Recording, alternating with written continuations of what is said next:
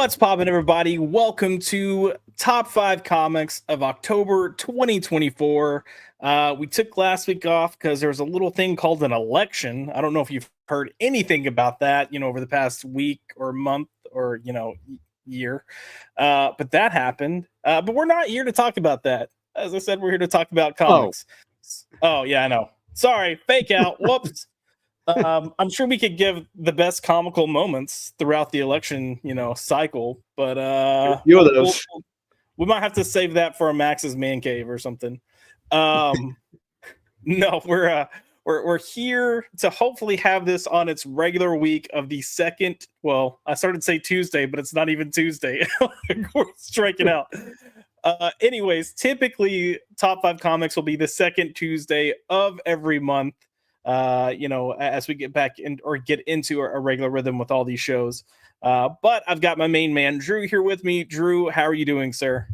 Yo, bang, bang, skeet, skeet. Yeah, things are well, man. Yeah, the last week or so, things have just been great. And I'm not gonna lie, things have just been really great, and I can't complain. I'm happy, just just rolling with it. Let's roll with this. Nice. I believe the Silent Nights campaign has wrapped, correct? Yeah, that's right. Yeah, Silent Nights wrapped. It did well. It did fine. I mean, all things considered, there wasn't like a mass marketing campaign for it. It launched rather late. We launched it during New York Comic Con, which is something you really don't do. You're not supposed to do that. Right. But yeah, it made I think 14 grand. It's in demand right now. So yeah, it did fine. And Nice. I'm just kind of focused on our good buddy Aaron and his little campaign.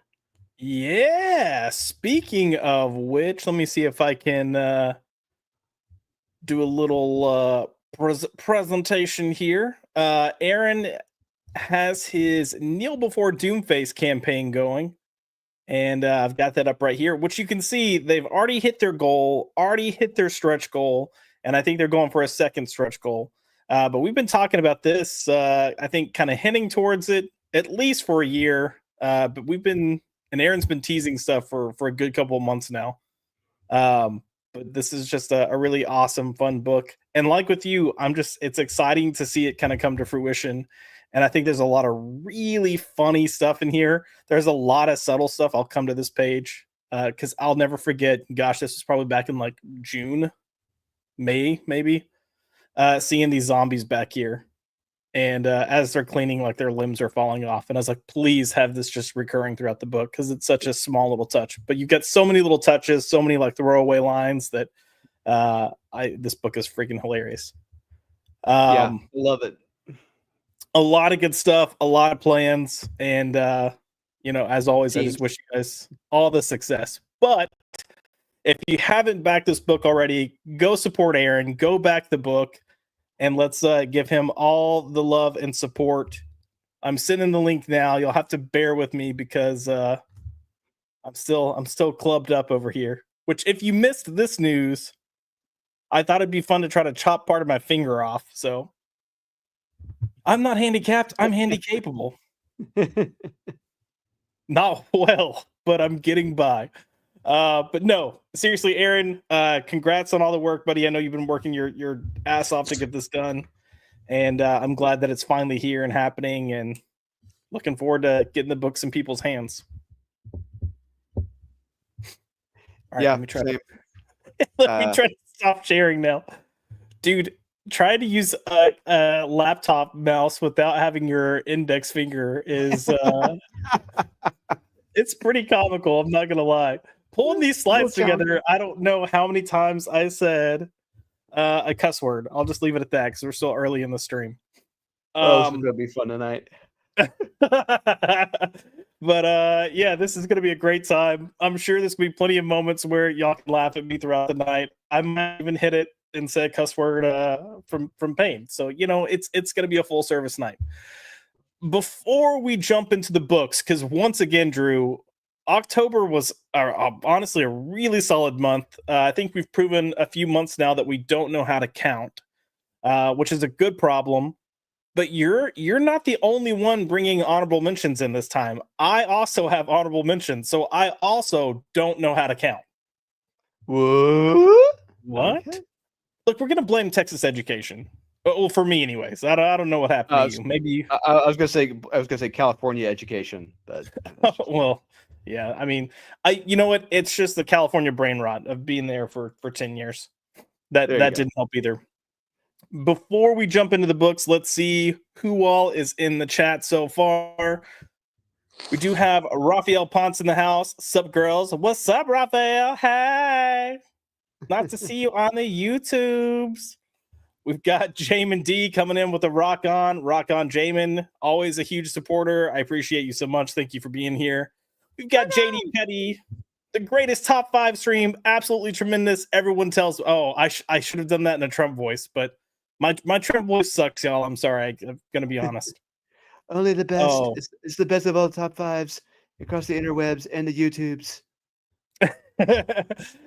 we've got Max in the house, and Max put I can. Oh, he can. Sorry, I thought it was said can't at first. He can count past 5.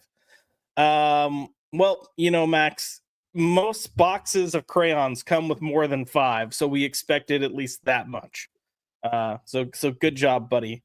And Max and I were kind of chatting before going live, and I had sent him a little like TikTok reel or Instagram reel, whatever you want to call it, with someone saying hallelujah, hallelujah, and Max is like, "Oh, I love this. We need to start saying hallelujah." And I was like, "Max, don't start saying hallelujah. If you do, everyone's gonna think you're gay." So trying to save my boy here and help him find a lady, because if he's walking around California going hallelujah, that's not gonna happen. But at the same time, how many times now has he been handed gold? I'll never forget. I'll never forget 2 years ago. 2 years ago, handed gold and just said no. I will. Kara tried. I mean, look, I've even tried, so it's fine. That's fine. I think we're seeing that it might be best to be single right now, anyways, with some of the way people are acting. So. Yeah, you don't want to get poisoned. Yeah, if you see anyone with if you see a woman with a half head shaved, stay away. Just gold, Jerry, gold. Oh, here he goes. Hallelujah. I'm just gonna start spamming him with the drag queen Shangela videos. We also have Mark McGrath in the house with eyeballs. I don't know what the eyeballs are for, but eyeballs. And Yuri Volti hopped in with the Josh WTF when I was showing that bad boy. Yeah, quick story. I was cooking using a mandolin slicer. The guide broke, lost part of my finger. Fun times. So yeah. Anyways, Drew, comics. They're cool, right? They're not nerdy things, are they? No, they're the pop culture stuff. They're hip, they're now, they're wow. That's what comic books are, I could thank the Big Bang Theory for that. The hip, they're now, they're wow. I've never watched Big Bang Theory, but I kind of want a shirt that says I'm hip, I'm now, I'm wow instead of they. But yeah, like I said, we've got a lot of books to cover, so we're gonna go ahead and jump into this. And if you're in the chat, please feel free to comment on the books. As I said, Drew is not the only one with honorable mentions. So I'll be covering the top debuts from the month of October. Drew will be covering a overall general list for the top books of October. And I don't know how many books you read, but I think it was exactly 30 number ones. So yeah. So there's a lot of stuff to get through. But I'll give my honorable mentions. Oh, go ahead. I was just gonna say, I know I read at least 30 books this month, for the month of October, at least. Probably. Yeah, it was a lot. There were a lot of like specials or one-offs and stuff because it was Halloween. But honestly, like a lot of them were solid, if not great. Yes. And and I will give a quick heads up. Drew and I are usually pretty in sync, and I don't know if we're as in sync this time. So this should be an interesting night.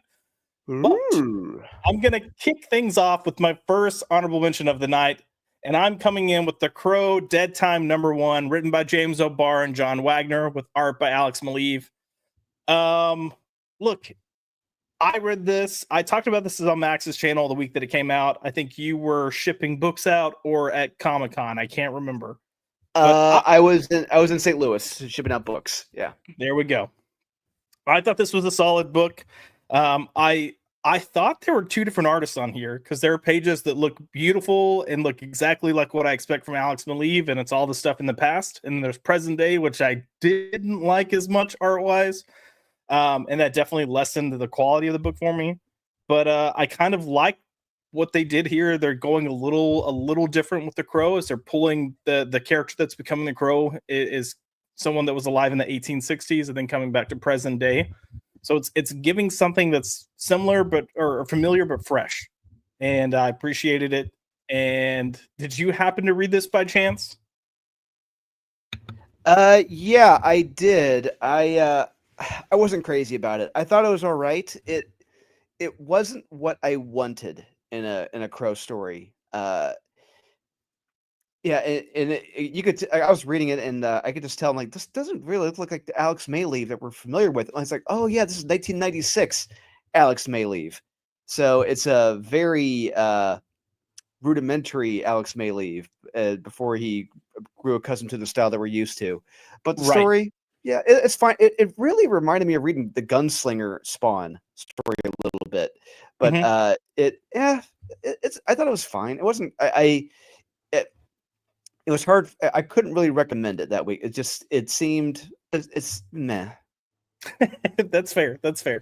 I wasn't doing cartwheels, but it was solid enough that I want to keep checking out future issues. And again, I do wish all of the art looked like the art for the flashbacks, because that's the Alex Maleev we know and love. Like, and those pages look beautiful, but the present day, it's a little too sloppy for my taste. Yes. However, I will say, coming off the film, this felt like a masterpiece. Oh yes, it's not too hard to do that. Jeez. So this might be getting some goodwill from thanks to the film being total garbage. But if you guys read this, go ahead and let me know what your thoughts were. We got JD Petty coming in with, they made a comic about Sting after the NWO came on the scene. They did. They absolutely did. Well, you know Uh, what's funny about that? The wrestler Sting apparently never saw the film The Crow. He had no clue about it, and really? that's what he Crazy. said. That is what he Huh. said. He had no clue, but I don't buy it. But I don't either. It's way too close. Mark McGrath put, if they were planning on popularity of the new Crow movie to sell this, they're out of luck. Yeah, they were expecting a whole year of the Crow. That's how they were promoting this. And yeah, no, hopefully the book will, you know, stay at least as quality or get better. So, but I like the idea of the character Joshua being from the 1860s. I feel like you can do, it's different enough that you can potentially do some fun stuff with it. But yeah, yeah. And yeah, Ryan, or Rye Guy, KC, completely agree. Some of Millie's watercolors are amazing. This is all black and white, but you still get the same effect on some pages. But everything present day is hot mess. And Jamin D's coming in with, yeah, it was meh for me, unfortunately. For me, the Crow story is one and done and does not need any other iterations. I'm with you on that one. I won't lie. So we're gonna move on to the next honorable mention from my picks, and that is gonna be Batman Full Moon. So this is, look, we've got a lot of Batman stuff coming out right now, and I'm gonna be honest, not to give anything away. I'm gonna pretend like I don't know what's on Drew's list, but Absolute Batman is not on my list. And I was kind same. of hoping that Batman and Robin Year One would be on my list, but when I read it, I was just kind of meh with it. I feel like what they tried to do with that, they've done better many other times. So, eh. But this kind of surprised me because I wasn't expecting much from this, and this is a fun kind of horror take on Batman. I love the art. The art reminds me of oh sheet. Um, hold please. Simon Krasinski, Kaczynski No, from Jeff Lemire and Sorrentino. The art inside the book oh reminds me of Sorrentino. The way he oh draws faces and people, hmm. but it's got that dark, kind of gritty look. But I think there's a lot of potential here. You've got a werewolf that's loose in Gotham. There's some fun kind of connections going on with Langstrom, who's Man Bat, so that's there. And then you also have Zatanna, and at the very end, Constantine popping in. So a lot of good characters that you can have a lot of fun dynamics with, and it wasn't afraid to be brutal. So I thought this was a solid entry, definitely worth checking out. And you know, if it stays solid, sticking with it. I don't know if you got to read this or not. I did not. This may have been the same week. I was in St. Louis. Yeah, I never got a chance to review it, so it had to have been that week. But I probably was thinking too much about the Batman and Bigsby comic that Bill Willingham did a couple years ago, where Batman and the Big Bad Wolf from Fables cross paths. Yep. But yeah, I don't know. Yeah, This is maybe I'll different check it out. this is definitely different than the Fables crossover. A lot darker, a lot moodier. So I would definitely say check it out. It might be more up your alley since you like horror, because it's definitely it's definitely leans way more like horror. The main thing I didn't care for is Bruce and Zatanna are kind of dating, and I've never been overly crazy about them. No, hate that. Don't do it. Yeah. But let's see what people are saying. Max said this is unfortunately a meh for him. Well, it's okay, Max. We're not going to judge you for bad taste. We got my buddy perfect. Kyle. I know nobody's perfect. Go eat your crayons and just hush. We got my buddy Kyle coming in from Twitter. Yeah, what's up, brother? He says spooky. And Jamin D's coming in. Yeah, Full Moon was fun for sure. And yes, Jamin, I believe it is a 5-issue story as well. Max says maybe a little bit of Liam Sharp as well. I don't think so. Like, Liam Sharp to me has a very distinct look, and then he tried to go crazy with that Reptilian book, which was just that was something. Yeah. I mean, I'm not even gonna get into it. Killer Croc's a hermaphrodite and trying to have nope, I'm good. I'll pass. Can only handle so much crazy. Agreed. You can only handle so much crazy. We're gonna go ahead and go on to I think this is my third and final honorable. Well, technically I think I have 4, but this is the third one that's here. The fourth one will get mentioned later through some of your selections. But my last honorable mention is going to be Hyde Street #1, written by Jeff Johns, art by Ivan Rice, and colors by Danny Mickey. I'm going to preface this with saying it starts way stronger than it finishes. But the opening, 6-7 pages for me were so freaking good and so wicked and crazy and dark that I had to put this in here. And even when the book kind of slows down, I think it's still solid writing, still solid storytelling, but man, it just packs that gut punch right at the beginning, and it doesn't live up to that moment again by the end of the book. Yeah, you're right. It really just kind of goes with the motions after the halfway point or so, and it's just well, this really wasn't what I expected or wanted. But I will say there may be a Hyde Street spinoff that I may be recommending later on in the series. I thought was better than this one, but that's just really me. Yeah, mayhaps. I don't know if I know what you're talking about, Drew. I don't know if I know about that book. No, I think a lot of this, there's a lot of potential. We already mentioned spinoff. It seems like they're going to do a couple of spinoffs. But yeah, I think this book has a ton of potential. And if we've seen anything from Ghost Machine, it's that they're proving they can tell solid stories. Now we're wrapping up first arcs with their first wave. We'll see what happens as they move into second arcs, but the second wave I think is hopefully going to be more of that same quality kind of coming through. And I'll even say that I think this is Ivan Rice's best work that I've seen him do. He looks like he's having a whoa. You don't think so? I think it looks really good, but that's an awfully bold statement. I mean, and I'm trying to go back to his Green Lantern stuff, go back to that Superman Batman run he did with that crazy Asian guy, and his some of his Detective Comics stuff. But that's a bold statement because he's done a lot of great work in the past. I think the closest he would have to this for me would be Green Lantern, but there's just so much going on in these pages. There's so much. That's true. Yeah, And I the agree. little kid is so, but it also for me, it doesn't necessarily look like his art, and that's the other thing I appreciate. Like Uh, typically, I see his art and I know that's Ivan Rice, but the faces for mm, me all look a little different.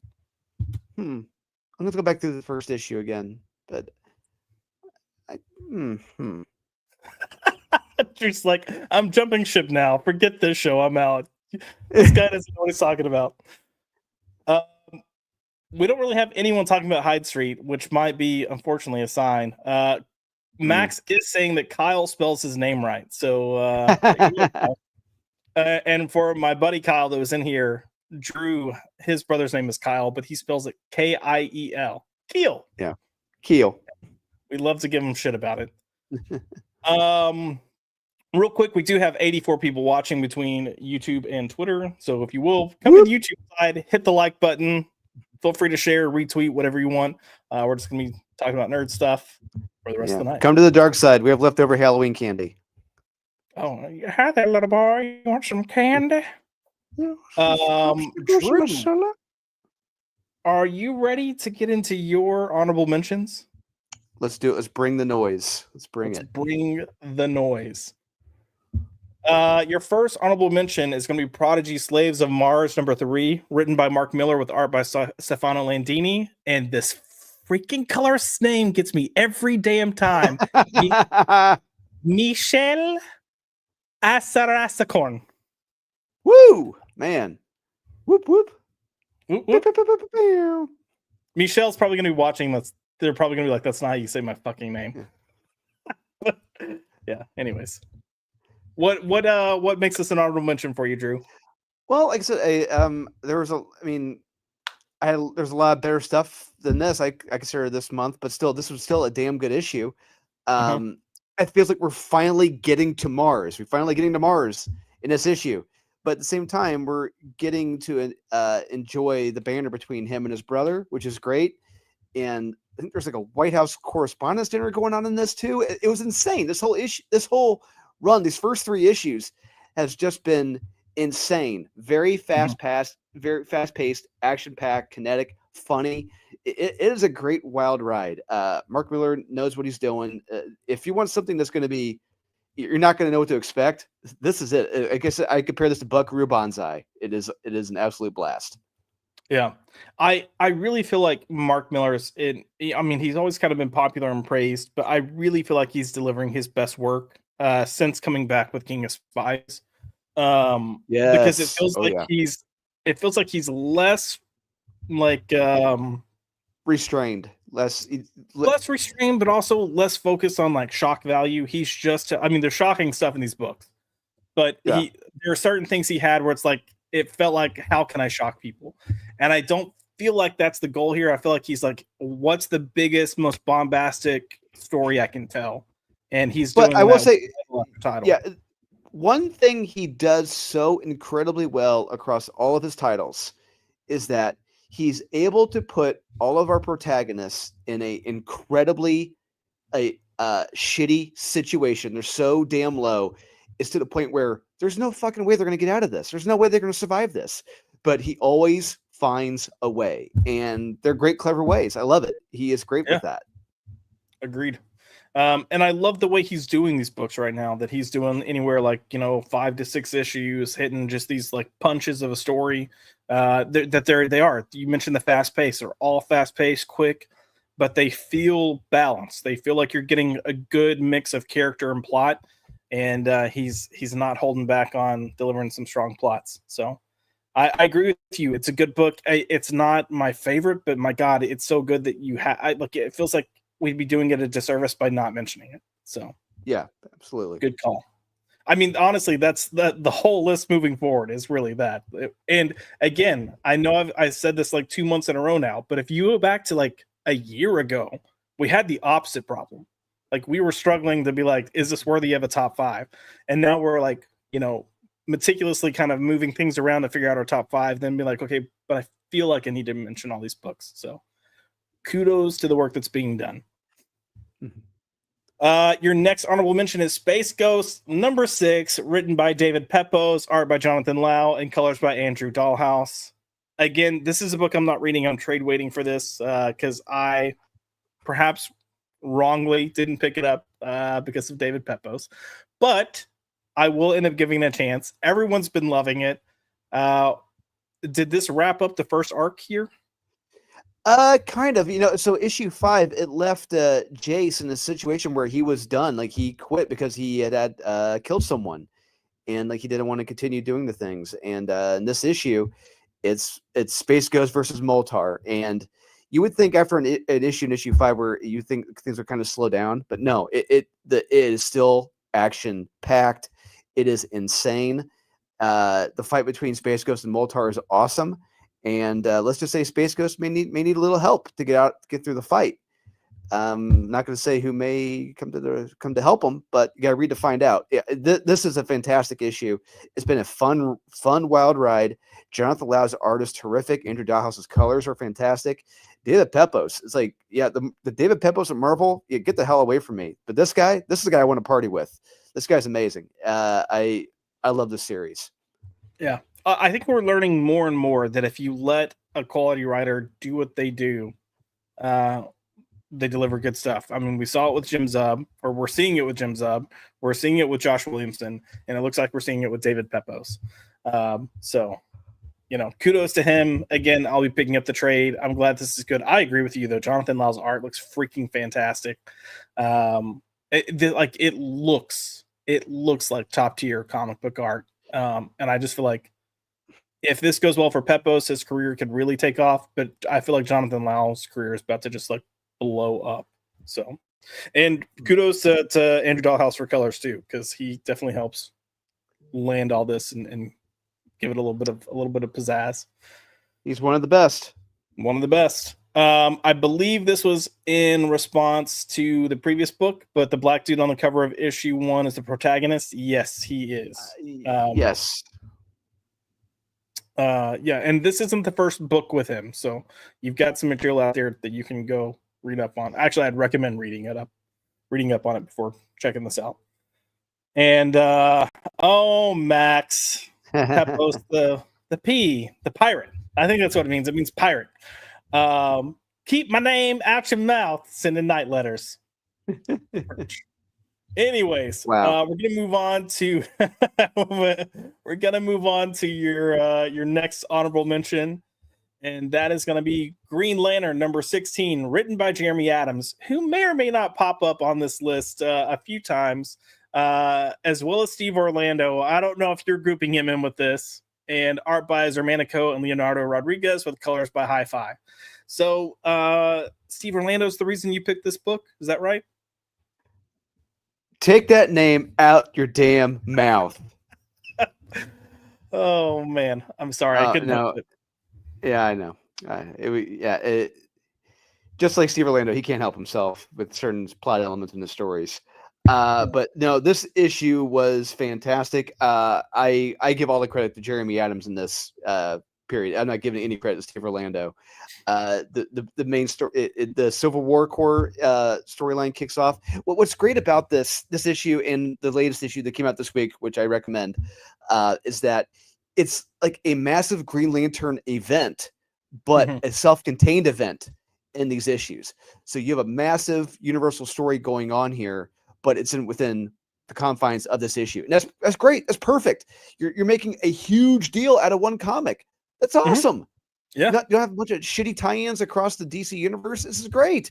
It's a self-contained event.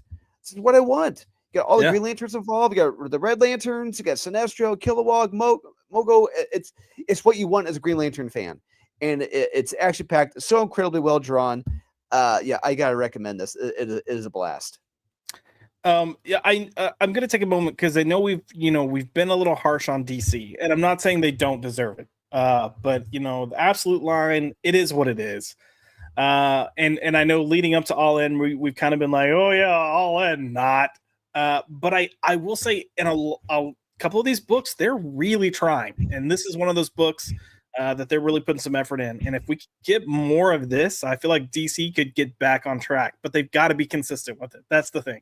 And don't take Jeremy Adams off a freaking book prematurely. Okay? Yeah, not again. Yeah, dude. freaking Flash. God. It's amazing. It's amazing how quickly that just went down the shitter. And I mean, can you imagine how great it would have been if you had Mike Diodato and Jeremy Adams on that book? Holy shit! Mike Diodato. You want to talk about an artist? I kind of feel bad for it, but at the same time, he's a bit of a douchebag online. He an amazingly talented artist, but he gets sidelined with all these shitty writers and these shitty stories. It's like, dude, he can't catch a break. It's a shame. Yeah, they both kind of got screwed over. But I'm happy to know that people at DC, thought pulling Jeremy and them off Flash was a mistake. It was after the fact, but yeah, I mean, hopefully you've learned your lesson, and we'll let some things ride, especially if they're doing well. Jamin D is agreeing with you. Green Lantern has also been an overall fun book. And then we've got JK coming in with seems like the strength of Green Lantern is that every story could be a self-contained event. Yeah. I mean, yeah, absolutely. But you could do that with every character. That's the thing. And part of the problem is, you have writers that come in with a plan to build up this story. Some of them being, like a 3 to 5 year long story that would ultimately feel kind of like an epic or an event by the end, but they always get derailed, and then they like whatever the plan was always kind of comes undone, and they go a different direction, or So it's one of those things that I wish they would just focus on just tell good stories, and hopefully that's kind of what they're moving into. But at some point, a line wide event will eventually kind of derail this. Eventually, yes. It's one of those things where it's like, please don't do it. Stop. Don't. Yeah. Keep Right. away from here. Let's go ahead and move on to your next honorable mention, and that's going to be Flash Gordon #3, also written by Jeremy Adams, art by Will Conrad, and colors by Lee Loffridge. I have said this 2 months in a row, but I was not a Flash Gordon guy. I picked up the first issue thinking, yeah, we'll check it out. Why not? It's Jeremy Adams. It should be solid. And it's honestly, it's a lot of fun. Like, I'm curious to go back and look into other Flash Gordon things, because I feel like this is that fun. Yeah, it is, and Jeremy Adams gets it. He knows his Flash Gordon, and look, we know Flash Gordon is a very hard sell. Flash Gordon, at this point, is almost 80 years old, if not older, type character. Goes all the way back to the newspaper strips, and a lot of people our age, if not and younger, probably aren't familiar with Flash Gordon. If they are, they probably just know that the 1980s movie with Sam Jones. But this series, I mean, he does a great job of not really holding your hand, but just telling you just enough what you need to know to get through the story. It's no information bombardment. It's not a Jonathan Hickman book. It's not John Malin's Galactic book that he did, where he's just information dump, the comic.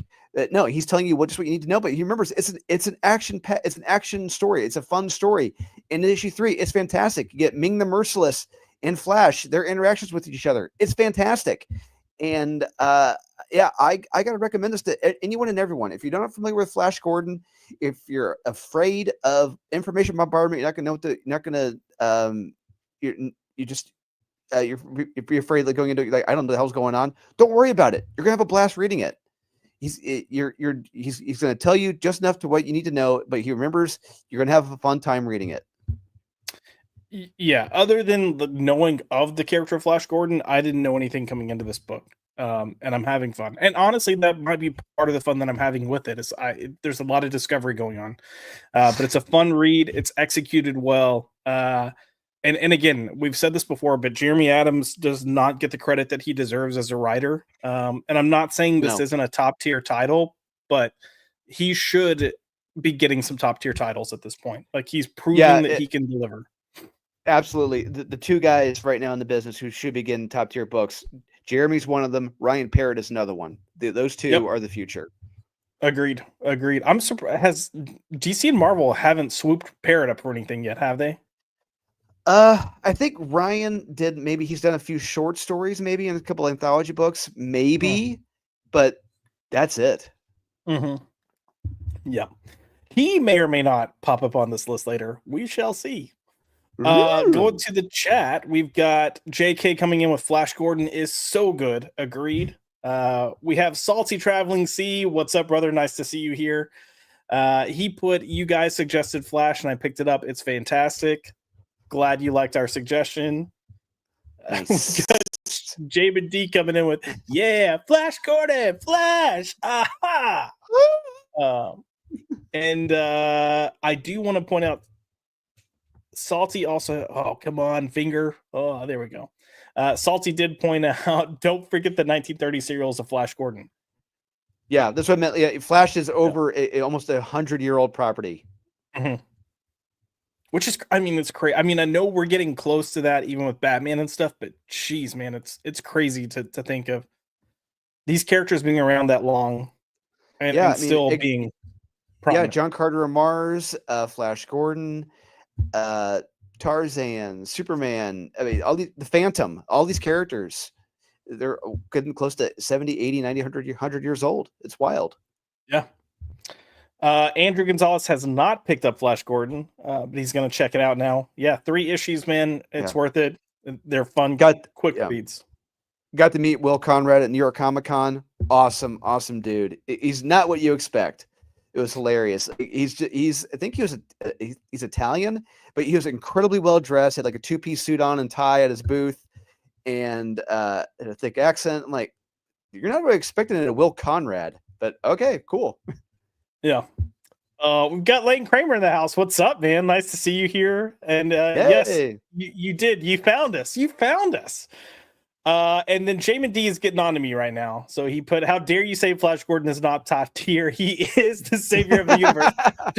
just hold, look, what I mean is, if you were to go out in pop culture realms today, there are a lot of people that aren't going to be familiar with Flash Gordon. Whereas if you say Spider-Man or Batman or Superman, pretty much everyone knows those 3. But it would be nice if Flash Gordon got back to that prominence, because I think that'd be really awesome. I feel like Conan's moving that direction. So if you could get Flash Gordon as well, like, man, good stuff. I think that's pretty much it for Flash Gordon. So we're going to go on to the next honorable mention of the night, and that is going to be Feral, number 7, written by Tony Fleeks, with art by Trish Forstner and colors by Brad Simpson. Again, this has been a solid book. I'm curious to get your take. Do you think it was a good idea to have this as an ongoing, or do you think they should have had it as a self-contained mini? That's tough, because there are a couple issues or like their own self-contained standalone issues.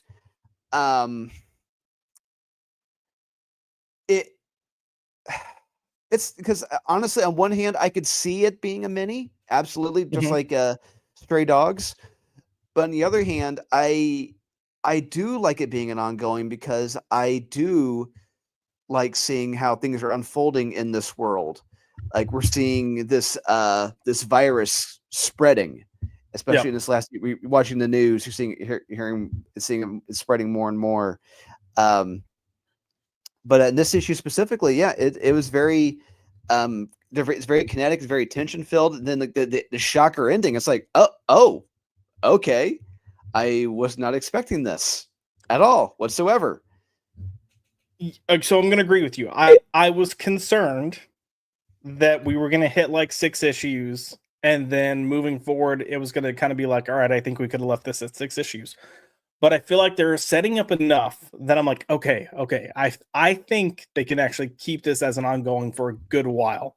And I think part of that was because I was kind of getting so, and yeah, we're still with kind of the main core team, but they're slowly kind of bringing in other, like you said, it's expanding. You're getting to see how big this actually is, this virus is. So I am excited, but I was hesitant moving into this I guess next phase, this next arc. So, but again, Trish's work is fantastic.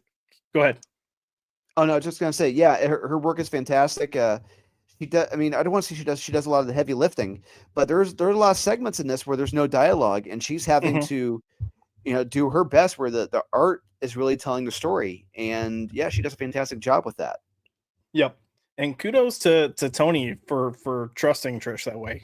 I mean, they did it with Stray Dogs, but you don't always see this type of relationship with a writer and an artist. So No, I'm glad they're working together to deliver this stuff, because, like you said, it's heartbreaking and rough, and I don't want to say spooky, but like it's definitely like a play on a zombie apocalypse type thing, but with animals. And the juxtaposition of her like Disney looking art with that is a lot of fun.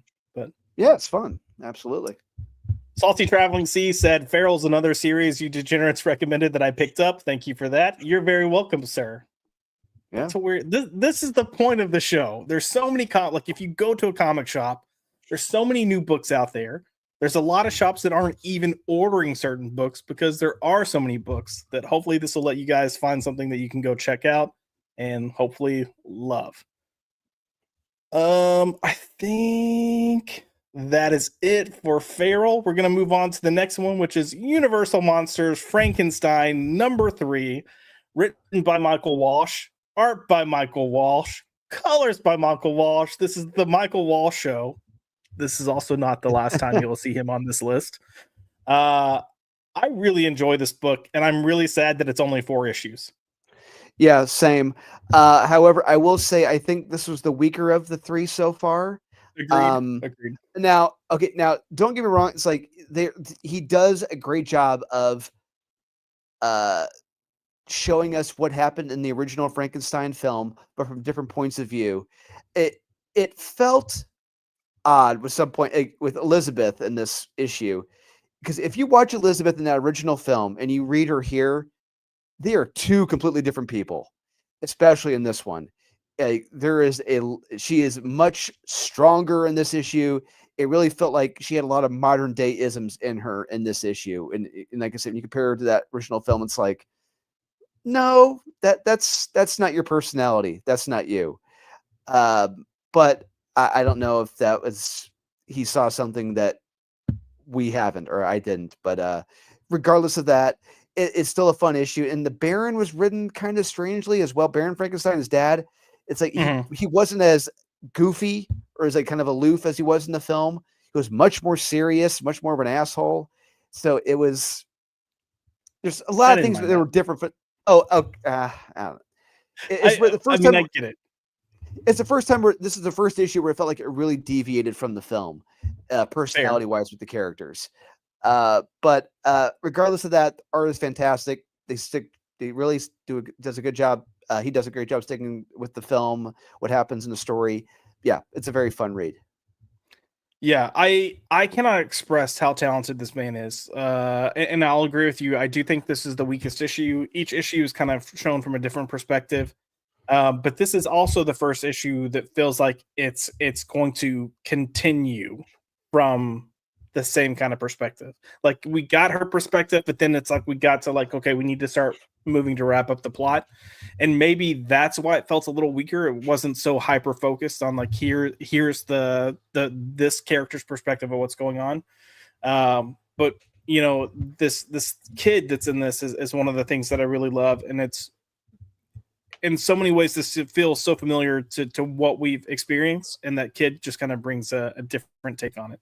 So but yeah, I'm really curious to see how they wrap this up with the 4th issue. Again, I wish it wasn't 4 issues, but I'll take what I can get. And this is by far the best Universal Monsters comic that they've put out, because everything else just hasn't lived up to this level of quality for me. We have Max is coming in with wait, this isn't in his top 5. Now, Max, is that because you think it should be in the top 5, or that we were just expecting Drew to put it in the top 5 because it was Universal's Frankenstein? Both are perfectly fine answers. Yeah, may have been expecting. I know. Maybe we're gonna surprise some people with our top. I feel like I always have something questionable in my top 5 that people are like, "What the fuck?" Yeah, all I'm gonna say is this is our top 5s will not be the same. I guarantee it. So yeah. Oh yeah, no. I mean, well, yeah, no. But so Max thinks that it deserves to be in the top 5. Okay, no. all right. we'll Well, see if you feel that way by the end, because there was a lot of uh, good stuff. yeah, I was gonna say, as a certain shaved ape once said, I have a lot more gooder stuff. Oh my god. Oh jeez. All right, we're gonna go ahead and move on to the next honorable mention, and that is Geiger, number 7, written by Jeff Johns, art by Paul Pelletier, and colors by Brad Anderson. I'm just gonna say I feel like Geiger is refining its footing. Does that make sense to you? Yeah, it does. No, it Geiger has gotten better because it's funny when you go back to when it first came out, like what 2 years ago at this Mhm. point. Uh, I I thought it was okay. I didn't think it was great. There were a lot of people who were really blowing it hard, but me, I thought it was okay. It wasn't great. I mean, it's really trying. It's difficult trying to figure out who Geiger was. I'm like, do I really like this character? Because I Right, mean, he's supposed to be the protagonist, but I'm like, I really don't like this guy. right. And the origin and everything was kind of pretty heavy-handed, but he brought in some cool, fun elements. The first story was okay, Yeah. but each story has progressively gotten better. And this series, this new ongoing for Geiger, has been really damn good. And this issue, holy crap, this issue was fantastic. I loved it. This was I believe this was the zoo issue when Mhm. they're so this is the issue where Paul.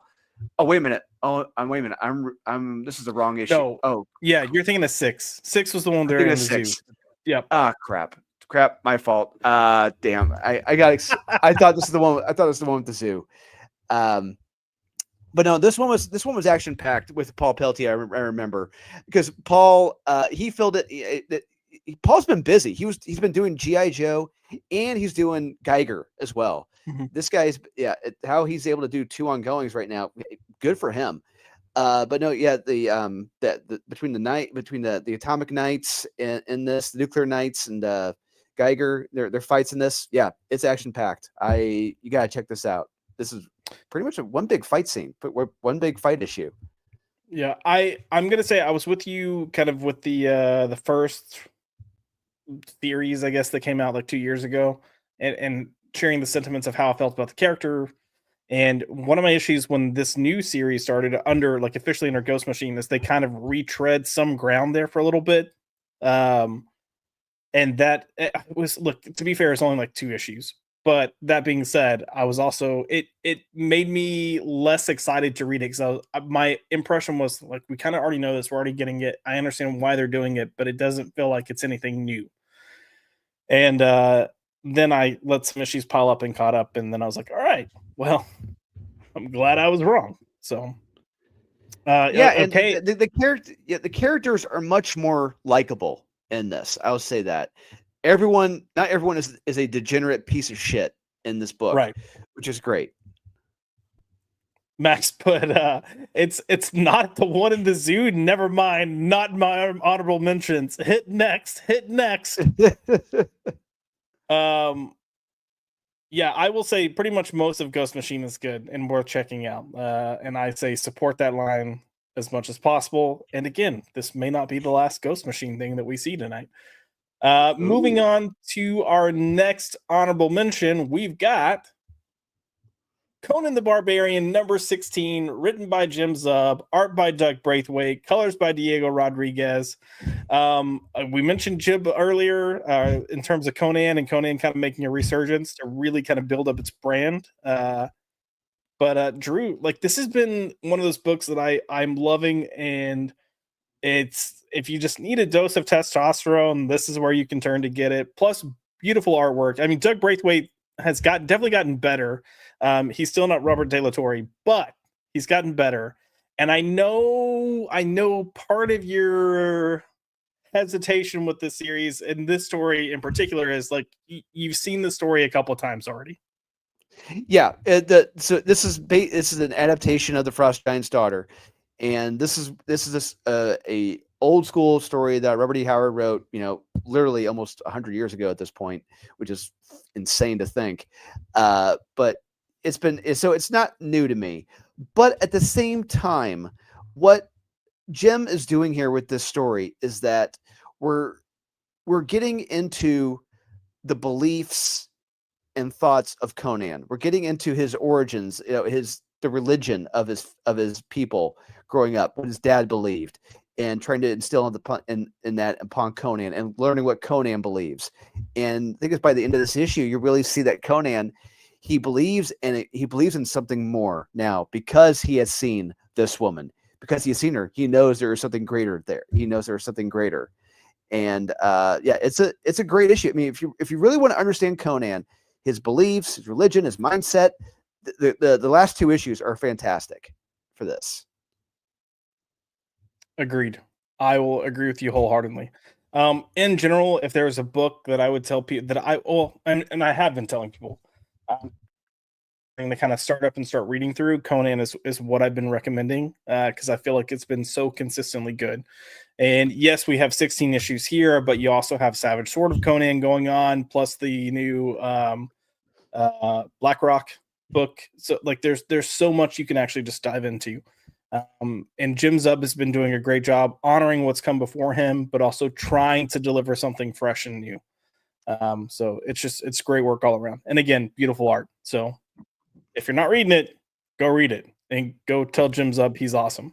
Look, Yep. even JK is coming in to say, so good. It is. It is. This is a good book. Go check it out. Before we get on to the next honorable mention, I'm going to say we've got 105 people watching. We have 88 people over on X on Twitter. So if you guys can go make your way to YouTube to the Pop by Culture page and give us a like. Give us a like. But thank you for being here regardless, and say hello. Don't be afraid to chat. We talk to you ex Twitter folks as well. So next up on the list of honorable mentions, we have Transformers number 13, written by Daniel Warren Johnson, art by Jason Howard, and colors by Mike Spicer. Drew, you've been talking about how Starscream is like the MVP of this run, and now we get the secret origin of Starscream. Yeah, and this is like I said, this is the secret origin of Starscream. This is before he was an absolute piece of shit douchebag, and you really just see him like he was a young Billy Humphreys, just a unbridled enthusiasm, and just very positive and optimistic. Had his friends, and this we're seeing him before his fall from grace, and it's quite interesting. It's quite fun. Yeah, I agree with you. This is one of those books that I was never the biggest Transformers guy. So Were you a I've G.I. Joe been guy? huh? Were you a G.I. Joe guy? I mean, yeah, I would say G.I. Joe more than Transformers. I knew it. I knew but it. See, I had this theory. There were Transformer guys and there were GI Joe guys. yeah, And I was a Transformers guy. like I wasn't anti-Transformers, but I was never like, oh my god, Transformers. So even when this was announced and coming out, the biggest hope that I had for it was Daniel Warren Johnson.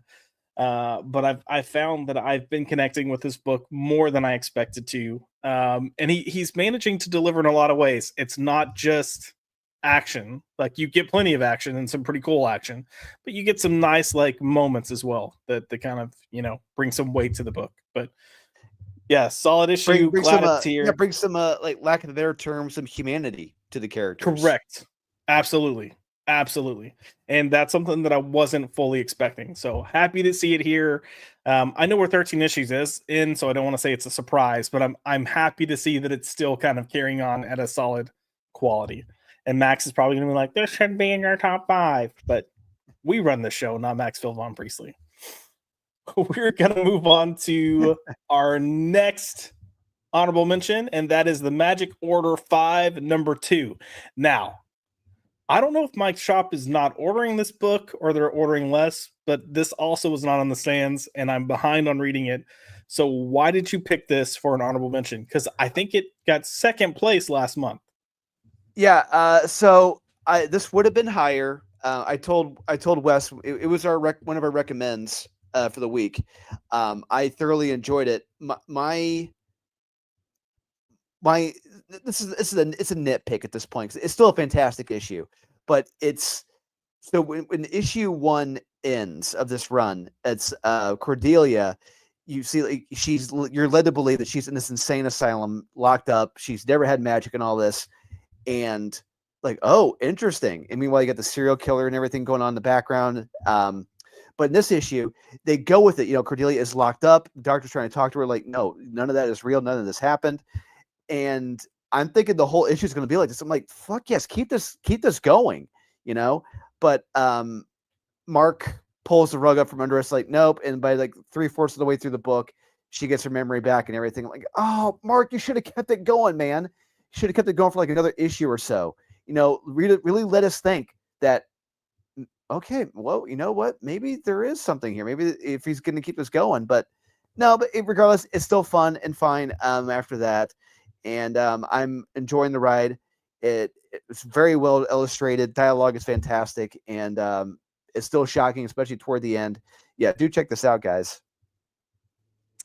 Yeah, I love the first issue. I understand your nitpick. I think that's a fair nitpick. And I'm looking forward to actually picking this up and reading it. I still have a huge stack of stuff to get through, but I'll stay on top of this one and let some other stuff fall behind. And that, Senor, wraps up our honorable mentions. A good hefty load of honorable mentions. Good selection of books that are clearly definitely worth picking up. But now we're going to get into the nitty gritty, and we're going to see if Max is going to have a little bitch fit because Frankenstein wasn't in here, or if he's going to agree with these picks. But we will kick things off with my number 5. So my number 5 debut for the month of October is Null Hunter #1, written by Michael Walsh, art by Gustavo Vargas, and colors by Gustavo Vargas. This was a really interesting book. I'm not going to say that it's perfect. It's going to be a 12-issue maxi series.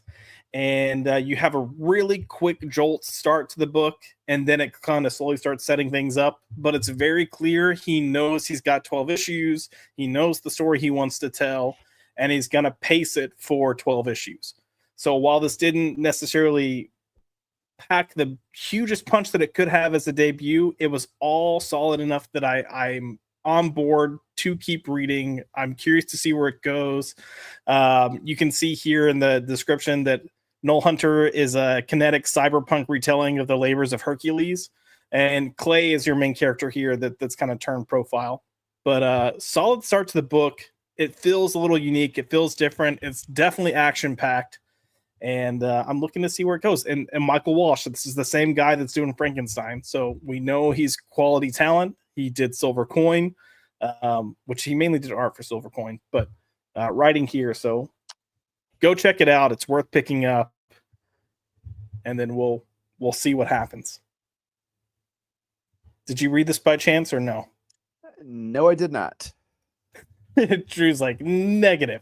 Well, nope. You may not have, but Salty Traveling Sea did, and he put very good call on Null Hunter worthy. So I will take that. Thank you, good sir. Thank you. Cheerio. Yeah. Cheerio. I would say if you like kind of it feels like it's gonna have that same kind of like sweeping epic type feel that you get from like Greek mythology, but just in a different vehicle in terms of genre. So why not? And Michael Walsh has not given me any reason to steer clear, so I will take it. Drew, your number 5 pick for October is Redcoat #7, written by Jeff Johns, art by Brian Hitch, and colors by Brad Anderson. This is the end of the story arc. It's in your top 5. I assume you felt like it delivered a solid close to this arc. 101%. And on top of that, like, I've been following Brian Hitch going back as far back as like Death's Head, and he was doing that for Marvel back in the early 90s, and he was mimicking Alan Davis. But in this issue specifically, this is some of the best art Brian Hitch has done in the last 20 plus years. This issue it's a somber issue Yep. because you have the Simon here interacting with an elder Albert Einstein, and how he illustrates Albert Einstein. It is so damn beautiful. You can tell he busted his ass in this issue art wise. It is fantastic. It's very emotional. And the dialogue in this, it kind of kind of introducing some adventures and some mysteries that happened along the way, like the Gettysburg Address and all this. And like, oh, this is actually pretty cool. I love these little things that Jeff Johns is setting up that hopefully we'll get in the future. All these little adventures that happened. And yeah, I have to highly recommend this one if you really want to see Jeff Johns at his best, telling a great emotional story between two friends, one that's going to live and one that's unfortunately going to be passing on. Spoiler alert. But on top of that, fantastic art by Brian Hitch. Yeah. And you know, I think one of the things that's exciting about this book is this, just like the endless potential and endless possibilities for stories. Like, yes. Yeah, I remember when I first saw the image of this cover release, I was like, ooh. And because, which, you know, this is zoomed in of the cover, but it's literally just him standing there and then everything else is black. So for me, I thought that was a striking cover. And I love looking at, you know, how we're speaking to this book now versus how we're speaking to it after the first issue. Because none of us were crazy after the first issue. We're all like, oh, God, here we go. And it's really proven us wrong. I'm really enjoying the book. And this and Rook for me are kind of top tier for Ghost Machine right now. So absolutely. loving it.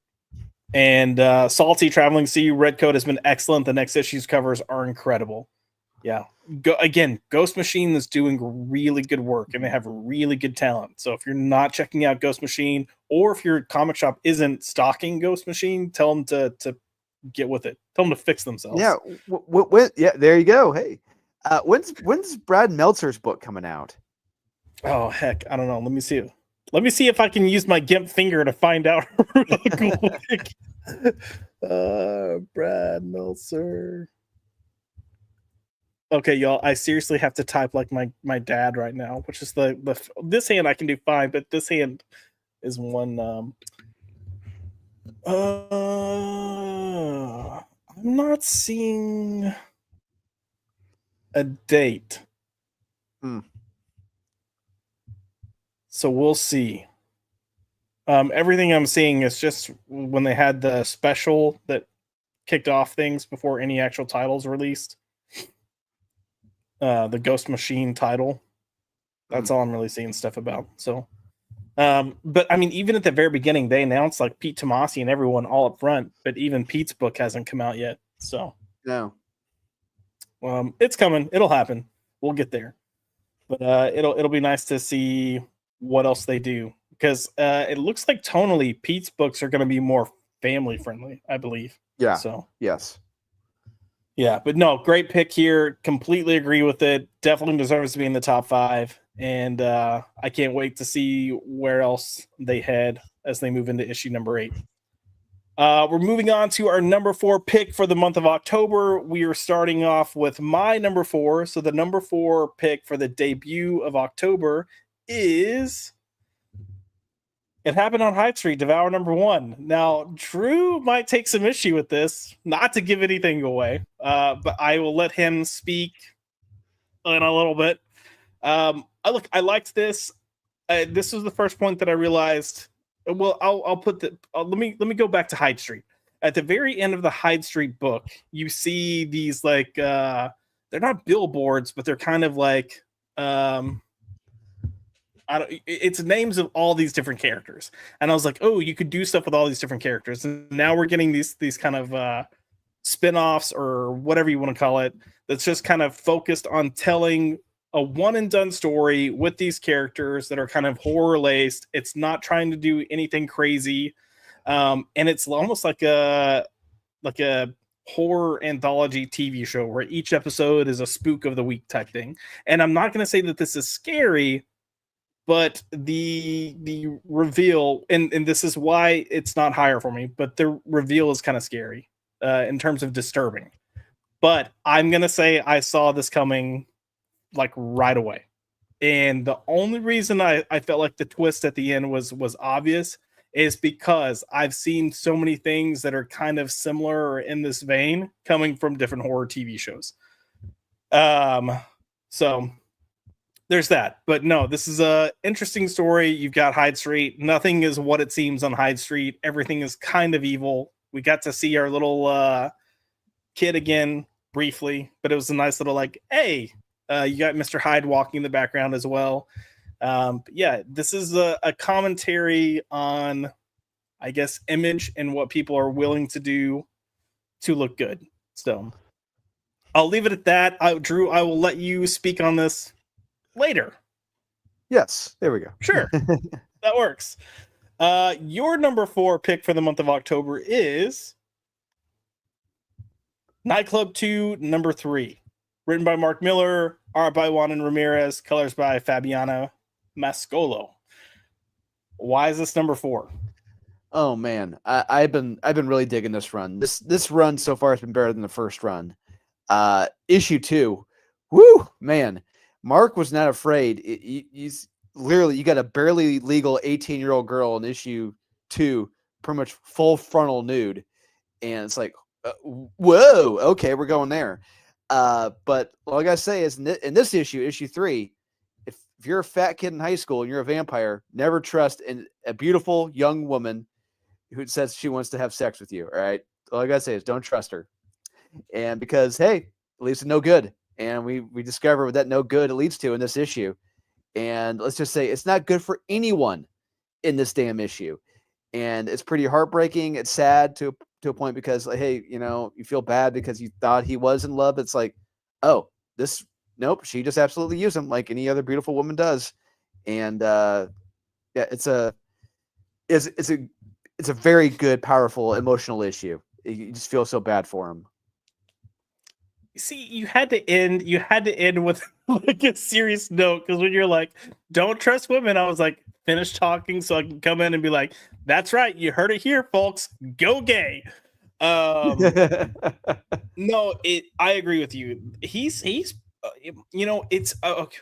it's interesting because when the first Nightclub came out, I enjoyed it, but it felt like it was missing. It felt a little anemic in some ways. Like I wanted more, which is good, but I felt like it didn't fully pack the punch. And maybe it's because you have an ensemble of characters, but I didn't feel like it fully packed the punch like some of his other books did.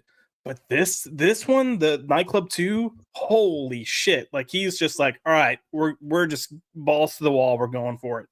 And yeah, this was a little heartbreaking because they're all younger kids, like, Yeah. and I get they're vampires, but they still, in one of the rare cases, they feel like kids.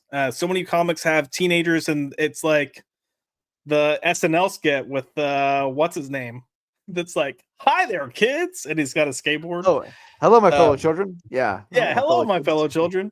This feels like legitimate teenagers, and but it's also kind of nice to see that you've got teenagers going through serious shit, because some teens do.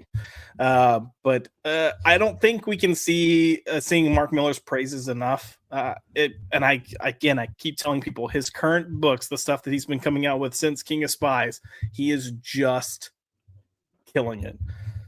So yeah, look, Mark McGrath is coming in. Miller World is doing 5 books right now. All are good. Yeah. Good to great. So 100%. And then had one of the best books last year. I think we all had it at either number 1 or 2, I think, on our top 10 list with Big Game. Almost said Endgame. Absolutely. Yeah. Something else we have to start preparing for is our top 10 best and worst for Max's channel. Like, we're mid-November. It's coming up. Yes, and it is. I feel like my top 10 list is going to be way harder this year than it was last year. So anything else you want to say about Nightclub 2, number 3, before we move on? Nope. You guys got to check it out. Yeah. Well, Jamin D says, live and learn, as they say. So All right. There's a dog outside that's yapping. We're going to pretend like we don't hear it. We're going to move on to number 3. Sorry. So third best debut for October from me. I'm going with a little book called Vicarious, written by Ryan Parrott, art by Eleonora Carlini, and colors by Mattia Iacano. So I'm going to be honest, this was an interesting read for me because while reading it, I started off and I was like, all right, I'm on board. And about half to 3/4 the way through, I was like, it's fine.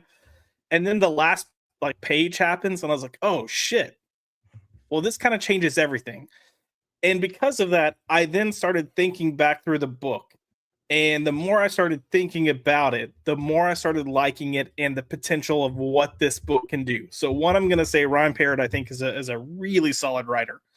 But the concept of this book is you're living in a time where people can put implants into their body, and then you can live vicariously through other people.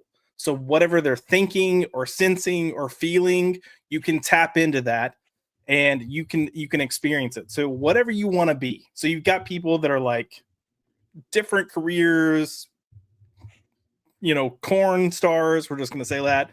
But all these people are kind of just going through different things, and people can kind of tap in to see what that lifestyle is like. And then you have this main character here, Justin, who is kind of toying with the idea of taking that on.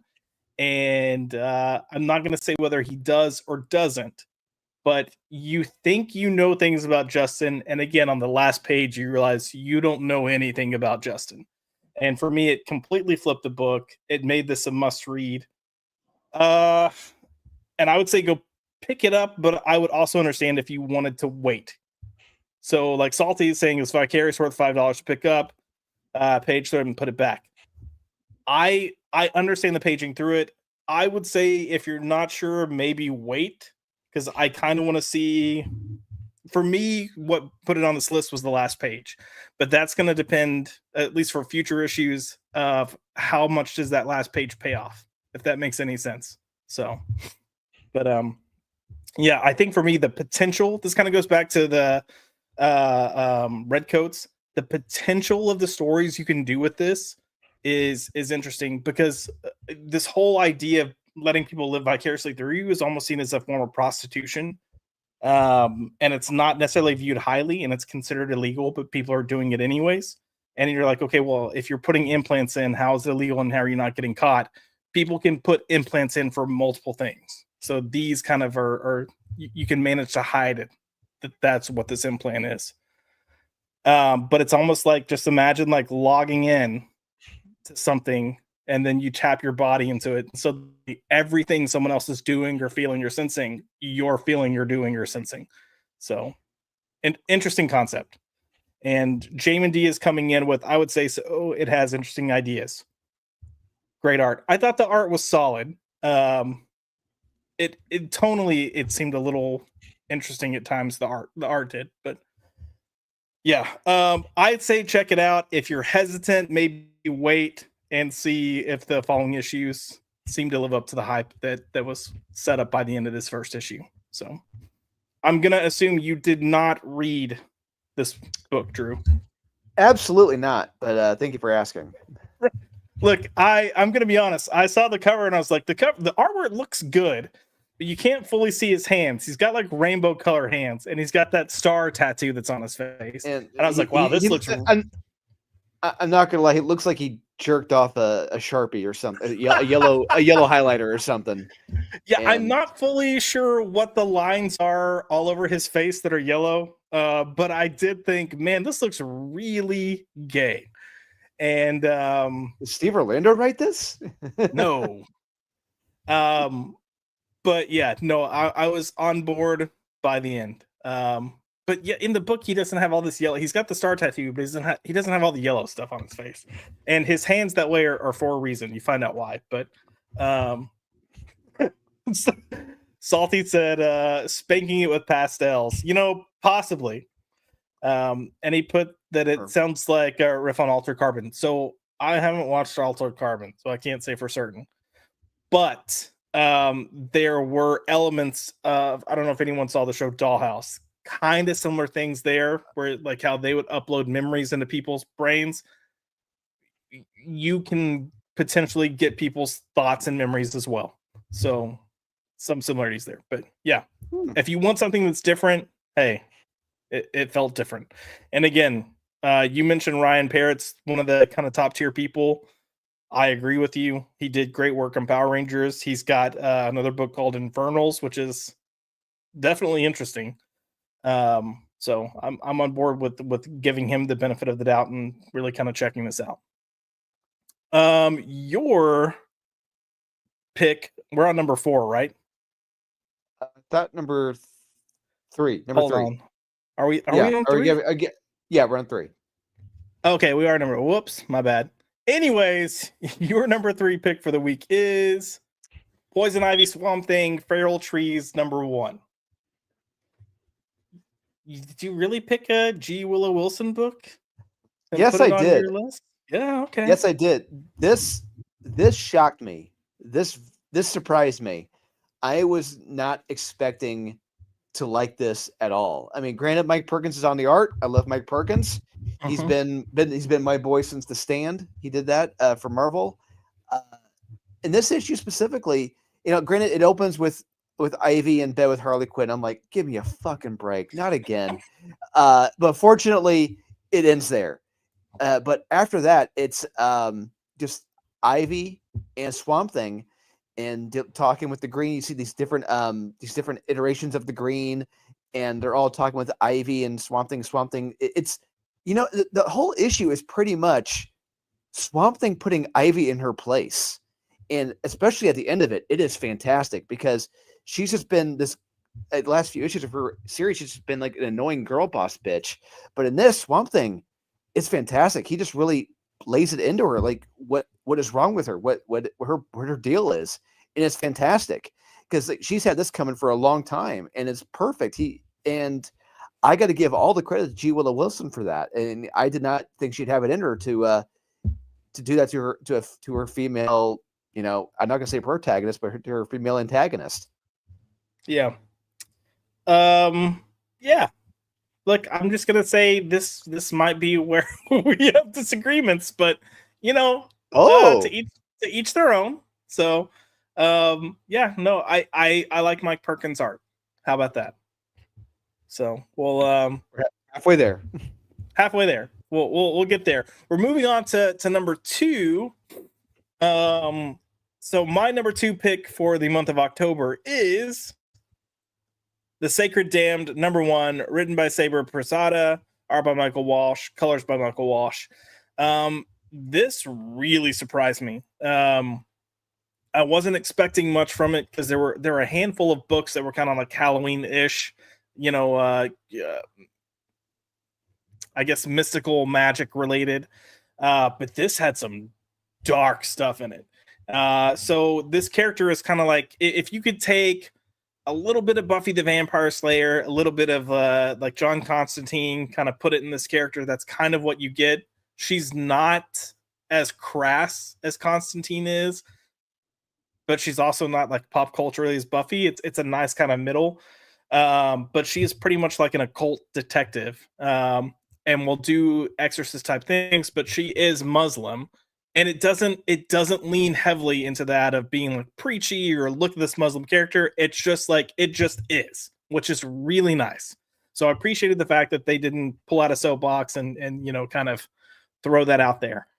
But like this first issue, what she's dealing with is this guy who is kind of this like all-star jock. He's supposed to have this huge, incredible football career, and then he just suddenly starts having issues where he is just gorging on food. And it's like within a year's time, he goes from like his weight of like 180 something pounds all the way up to like morbidly obese, like 500, 600 pounds. But as he's doing it, he's engorging himself while he's asleep. So it starts off and you see like different occurrences, and it's just like, oh, he's raiding the fridge, or oh, he woke up in a dumpster. But then it's like you see him out in the wild, like in the woods, and he's like killed an animal and he's just eating raw flesh. And then there's a scene where he kills his girlfriend and is eating her while they're in bed together. It's some creepy, twisted stuff. And you find out that he's actually possessed, and you've got Jen that are involved. And then you get, backstory on our main character as well. I thought it was really well written. Again, you've got Michael Walsh, who we've already praised twice throughout the stream tonight, but he's delivering the art, and it's just freaking fantastic. Really good imagery. He does horror incredibly well. And there's a scene when they get to kind of the exorcism part at the end, and not everything is as it seems. I'll just put it that way because I don't want to ruin what happens. But it was a solid first start. Again, I wasn't expecting much of anything because I'm not familiar with Sabir. I'm sorry, I don't know how to pronounce her name, Prezada, but I thought this was a really fun read. So I'm also going to assume you did not read this. Nope, but thank you for asking. No worries. I feel like this is one of those under the radar type things. Look, I'm sorry. It's just anytime I see someone say like it's John Constantine, but they're this. It's John Constantine, but it's a woman. It's John Constantine. It's like I am checked out. As soon as you say it's John Constantine, but I'm like no, I don't. Not happy. I think it's less more so like the character and more so like that type of storytelling, like those types of stories in terms of horror and the occult, and it's more occult and exorcism and less John Constantine. But I think if you're looking for an easy comic reference, John Constantine is the obvious reference. But I'm going to be honest, I understand what you're saying, because even when I read the synopsis and I saw that they said a Muslim John Constantine, I immediately was like, well, this is going to be shit.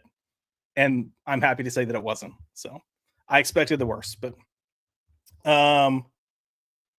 yeah, Salty, I think the art's one of the best things about the book. So but I think the art's also strong with Frankenstein. So, take it or leave it. But he does a lot of storytelling visually, which is really, really nice.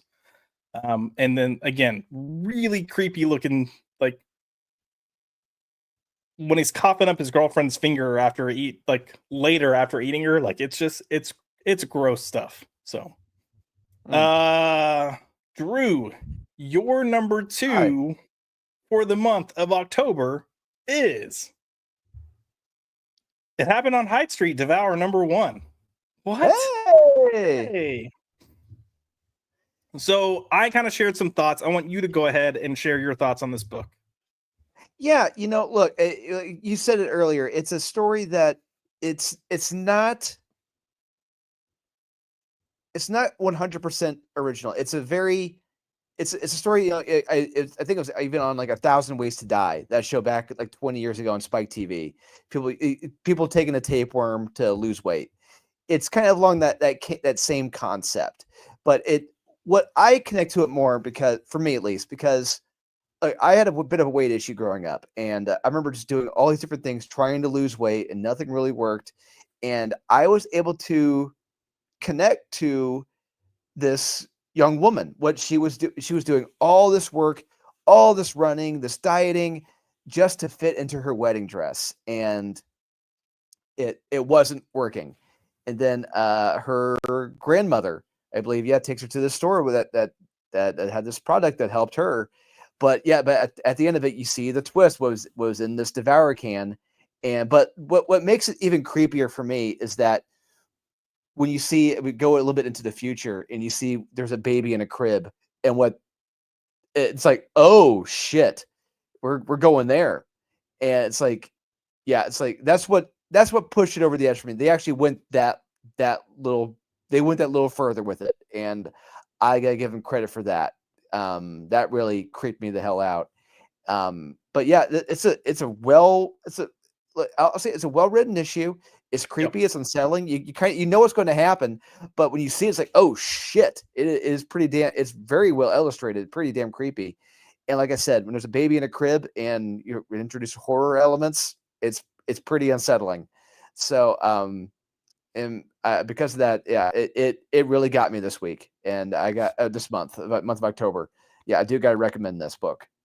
Yeah, I think part of the creepiness too is the slow transition to like talking, because you're following different generations of this family, and you've Yeah, got the grandmother, um who was overweight, and then goes into this process and starts taking it, and is too thin when we see her again. But then you have her daughter, that is very clearly using this, and then her daughter also has a daughter, um and it's the granddaughter that she's the you one just that's it's a got the cyclical wedding. chain going Yeah. down through the family. I love that. Just this thing just keeps going through the family chain, and it just doesn't end. It's unsettling. Yeah, but it's also this idea of practice behavior. Like, you start off by saying, "Hey, you should check this. It worked for me." And then, like, "Oh yeah, maybe we'll try this, but I don't necessarily want my daughter to kind of have to deal with these symptoms." And then it's like, "Well, she can't lose weight for the wedding." But the grandmother's like, "I'm not even going to ask. I'm just going to have her do it." And then that gets instilled into that granddaughter, and it's that last few little bit where at the end you see the baby in Yeah. the bed, and like as a infant, and I'm like, that's what's terrifying. Yes. Because it's this idea of prevention to make yourself better. And I do think the concept of that is scary. Because I'm not going to say that it's an allegory for certain things that we're seeing. However, even with the medications and whatever's going on, we just kind of, instead of making healthy choices or doing what's best or doing what's right, we just throw shit the easy answer. So But hey, yeah, we're it gonna is. have RFK fixing that next year or Yeah. so. So don't worry Well, about what can we do? Let's see if we can talk like RFK. I can't do his. I'm bad at impersonations, guys. Don't know Yeah, what to tell you. I don't think anyone can do his voice. It's something. Yeah.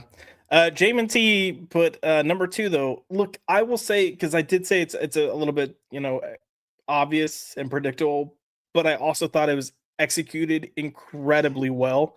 And I Well, and think it's look, it's a relatable story. A lot of people out there have dealt with weight issues, and I'm sure a lot of people out there, they've wanted. Yeah, there you go, you, me. It's just looking for those. We've all encountered moments like that where we put in the mileage, put in the time, put in the dieting, but we don't see the results. And you get that in this. The writer Mhm. perfectly nails that here with the daughter. She's trying to do all this work to fit her wedding dress. It doesn't work. And then it's when we get that desperation, and that's when the supernatural element kicks in. And yeah, I got to give her all the credit for it. This was a well told story.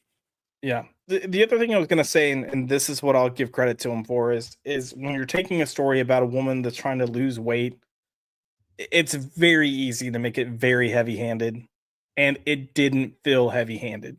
And that was one of the things that honestly impressed me the most. What it felt natural.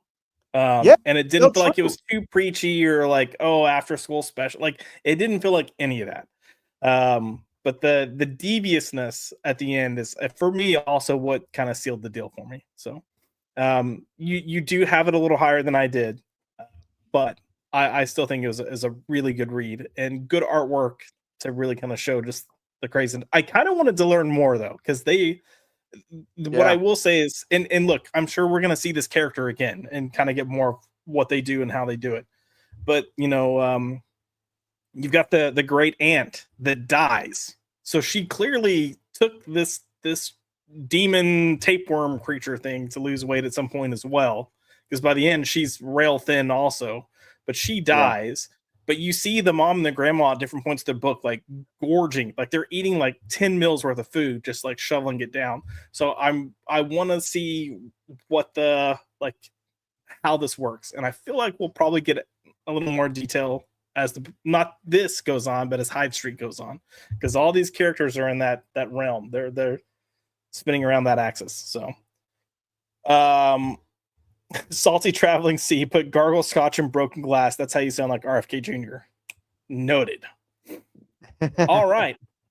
Before we get into our number one picks, I just want to say we have 114 people watching. Thank you. Woo! 97 of you guys are on X, which is awesome. But if you get a chance, please come over to the YouTube side, hit like, hit subscribe. That's where I get honestly the most benefit out of it. But thank you for being If you're here. watching, I want And to see the don't, comments. I yeah, want to see the and comments. right. I was gonna say, don't be afraid to comment. Like even if you're on the X side, like we're communicating with the chat. So comment on that side. We see it, and we'll be happy to kind of discuss whatever you bring up. But number one, Drew, are you ready for the number ones? Let's do it to it. All right. My number one pick for the month of October is Poison Ivy, Swamp Thing, Feral Trees, number one. What? You sandbagging son of a bitch. Oh, damn it. Yeah. Now, I mean, we still have some disagreements, but it's not going to be hard disagreements. But it's not this title. It's something else. So we'll get to that in a bit. Look, I loved this. And again, look, I will say, I made the G. Willow Wilson comment. There's been stuff that I've read from her that I've really enjoyed and thought was solid. And then there's been plenty of stuff that I was like, all right, well, that happened. But there's something about Swamp Thing and Poison Ivy that whenever there's annuals featuring them or a special featuring them, it tends to be really freaking good. And especially when they're together, I feel like that's when Ivy's at her best because you have something that understands Ivy, understands like kind of what her draw and her drive is of the earth and plants and protecting them, but isn't a psychopath about it. And she's fallen off the psychopathic tendencies to a degree.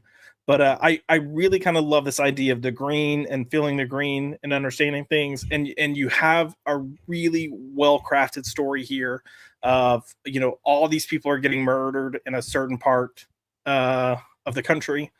And they feel it. They feel it. They feel what's happening. And they both talk about how it feels like that, the green is crying, that there's a sadness. And as you kind of start discovering it and you find that they're not able to control the green and stop these things from happening, which you can usually control the green. They can usually make, will them to do what they want. That kind of creates some interest. And once you find out what's actually taking place, it's really tragic. It is really sad. And a lot of times you have stuff that ends on a high note, and this does not end on a high note. So I respected the book for doing that. I respected G. Willow Wilson for doing that. It's got a nice commentary into the book without being preachy. And this reminded me of some of those like one and done stories that you would get from like the late 80s, early 90s when comics were kind of hitting this boom in terms of quality. Don't shoot me. But I think back to, it feels like this could have been something in the Legends of the Dark Knight series when it first launched. How you had some of those like 2-issue kind of like, we're going to gut punch you with this type of story. It fits right in with that type of stuff. So I thought this was excellent. Again, Mike Perkins' art is so freaking good. And yeah, you mentioned, Swamp Thing kind of putting Ivy in her place. And yeah, but it's also the way he does, like a large part of the reason why this works is G. Willow Wilson writes Swamp Thing incredibly well. And there are other characters from the green that pop up. And I love the whole conversation towards Ivy of you're half in, half out in terms of the green.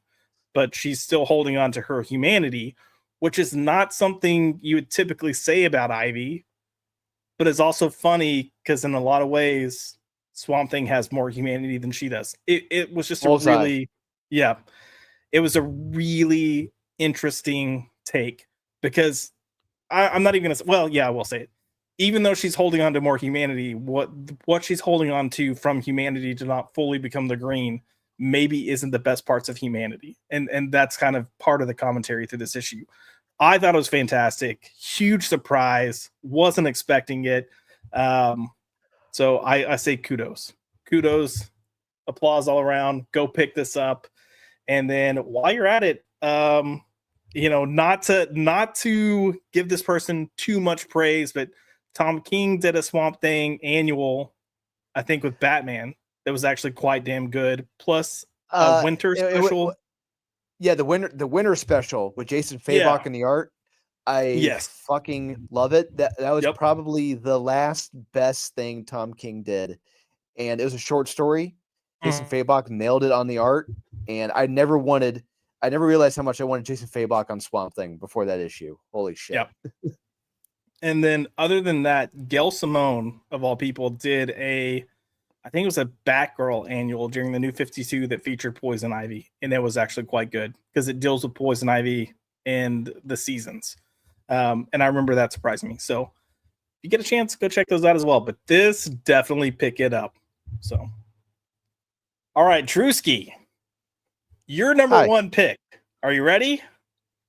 Let's do it. Your number one pick for the month of October is the Penguin Special #1. It says written by Jeremy Adams. There's a lot of writers here, with art by Howard Porter and colors by Hi-Fi. This is the creative team for the story that starts off the book, and I'll let you go ahead and talk about it.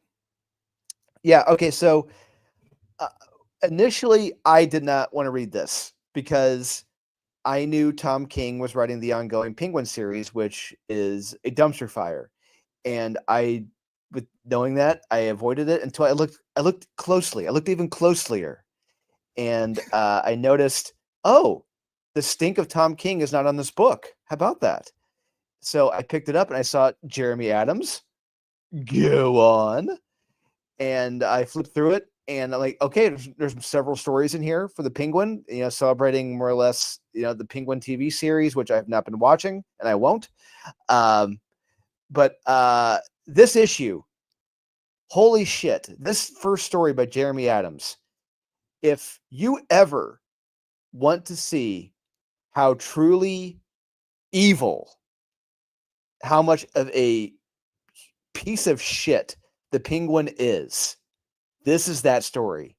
This is arguably the scariest story I read during like that week of Halloween when this came out. How he is written in this, what the Penguin does, it is terrifying, it's ugly, it's horrific. How a human being would do this is just, it is inhuman. And who wrote this? Jeremy Adams. What the shit? Jeremy, the Flash, Green Lantern, who's writing some of the best superhero comics. He wrote arguably the most twisted story you're going to read this year and it involves the Penguin. I could not believe it. I was blown away. I was shocked. And on top of this fantastic story, you've got great backups in the back as well. Well, most of them. Don't read the Jason Aaron one. You're gonna lose brain cells. But you've got the best one, in my opinion, is the Alan Grant, Sam Keith Penguin origin story. It is amazing. Great Sam Keith artwork. But the opening story by Jeremy Adams and Howard Porter, it will shock you how inhuman the Penguin is. Yeah. Look, I'm going to completely agree with you. This Jeremy Adams story, and I'm going to explain why this isn't on my list. This Jeremy Adams story is fantastic. Had it been a full kind of like 40-page story, kind of in that doing stuff, this would have been my number one. The main reason I didn't put this as my number one is because like 4/5 of the book are things that were published previously. And while I will praise the hell out of this Jeremy Adams story, I had a hard time putting it on my list. This was my fourth honorable mention because it's so good. And this is how I'd like to see Penguin written. What Jeremy Adams did here, because he is so despicable. You do see how just evil he is. And I will also say the show does this really, really well. So if you like this, just check out the show. That's all I'm going to say. But the last time I remember the Penguin being this kind of evil and despicable, there are like 2 or 3 issues within Batman Eternal that he really just is despicable and lets loose and just goes crazy. But at the beginning of the New 52, there's a book called Penguin, Pain, and Prejudice, and it's got a lot of just really dark, icky, like how can you do this as a human being type stuff in it. And it's kind of on the same level of like he is just a freaking terrible person. Like he is a terrible human being. He is Yeah, no, evil. he is a piece of shit. He is. Yes. And there's that throwaway line. Well, I don't want to say throwaway line, but they don't make it. Jeremy didn't make a huge deal of it, but it's referencing the loss of life of two individuals, and I was like, dude, fuck you. Fuck you piece of shit. So yeah, the merits of this, and gosh, it's only like what 10 pages? Is it? And that's what's amazing about it. I mean, Whole, it's like, can you imagine enduring, going through this for a whole issue? It would have been the most painful, heartbreaking comic of the year. And but I'm not gonna lie, Josh. This issue was so impressed. Granted, like you said, it's a short story. yeah. I was so impressed by this. I was so moved by it. Like, this may go down as like probably one of my best of the year because I was not expecting this at all. He blew me away. Yeah, for me, Jeremy Adams showed that he understands Penguins so well and captured the Penguins so well within such a small page count that I really wish Jeremy Adams were writing Batman. Yeah, like, and what the other great thing, like you said, great points there, and it's that one trope I've hated recently in across all media is the sympathetic villain. We got to understand the villain. We got to feel bad. We got to understand why they're doing. Cruella DeVille isn't that evil. Scar wasn't that evil. They're just misunderstood. Bull fucking shit. Anyway, this you really see here. No, there's no misunderstanding here about the Penguin. He is a piece of shit. He is a monster. He is a true villain. And I love Jeremy Adams for that. He gave us a true fucking villain. Yeah, agreed. And look, I'll even agree. So the other stories for the most part are solid stories. You've got the original debut of the Penguin, like just for the sake of history, it's worth reading. And I would say even the Secret Origin Special #1 is a solid read. Joker's Asylum Penguin #1 is the Jason Aaron one. That's kind of like, oh, okay, but yeah, sure, I guess. Well, you know, yeah, not my favorite. But other than that, those other two stories are solid. But this one definitely stands out. And I kind of wish they would have just done a trade, like a Penguin trade, and had this and maybe some other arcs from other things, and get that Penguin Pain and Prejudice. I haven't. Look, I'm going to be honest. I haven't read Tom King's Penguin book. I would be semi curious, but Tom King usually just turns me off. So yeah, but I mean, besides his filleting fans, I really don't know anyone else who's reading it or enjoying it. There are people who will blow him, and everything he does is fantastic. It's like, okay, you guys are drinking too much Kool-Aid. Right. And look, he's written stuff that I genuinely love, but it hasn't been recently. Yeah, exactly right. I will say, hey, I enjoyed the Omega Men when that came out, and that was what, over a decade ago. Probably, at this point. So there you go. Yeah, it's been well over 10 years. But Salty put, that's why I avoided the one shot Tom fucking King. So that's not the case. I think you're referring to the Swamp Thing one shot, probably this, because Tom King was writing the Penguin ongoing series. Yeah. Look, I would say whether you're talking about the Swamp Thing or this, both are excellent. If you feel like this is worth having those backup stories and paying for it, great. Yeah, definitely. I will say, I'm going to say it for the Alan Grant, Sam Keith origin story they tell from like the Silver Age. It's fantastic. You have early Sam Keith doing the art, and it is beautiful. It is amazing. It is worth it for this story and that story alone. Mm-hmm. Yeah, good stuff. Let's see what else other people are saying. Jamin D put, oh yeah, when you first mentioned this, and he followed up with one of the most scariest Penguin stories. Agreed. Oh, it is. And look, yeah, I mean, whew, Jesus. I know Drew's like hating on the show, but if this is what you like about the Penguin, then you should go watch the show. That's all I'm gonna say. I'm not hating on the show. I'm just hating on Matt Reeves and his vision for quote unquote Batman. I mean, forget his vision for Batman. His vision for Penguin is on point. And Sophia Falcone. Look, I don't even like lean that way, but oh, buddy. Even even Ryan Kennel was like, I don't have to fix her. She's fine the way she is. Uh, so yeah. Uh, I was with Nadia. We were doing streams on Mondays discussing Penguin, and pretty much all the guys were like, yeah, just yeah. She's a psycho and she's crazy, but yeah, would what can I say? And Salty's coming in with turning the Gay Boy straight smoking. Um, Lane Kramer came in with Howard Porter doing artwork. Yeah, and that's the other interesting thing. He does.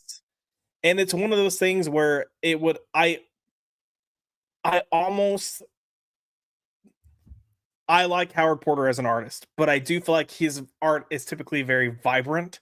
So when I saw that he was doing art, I was like, oh man, I was hoping this is going to be a gritty Penguin story. And then I started reading it. But the vibrancy of his art for this specific story really works. Like, yeah.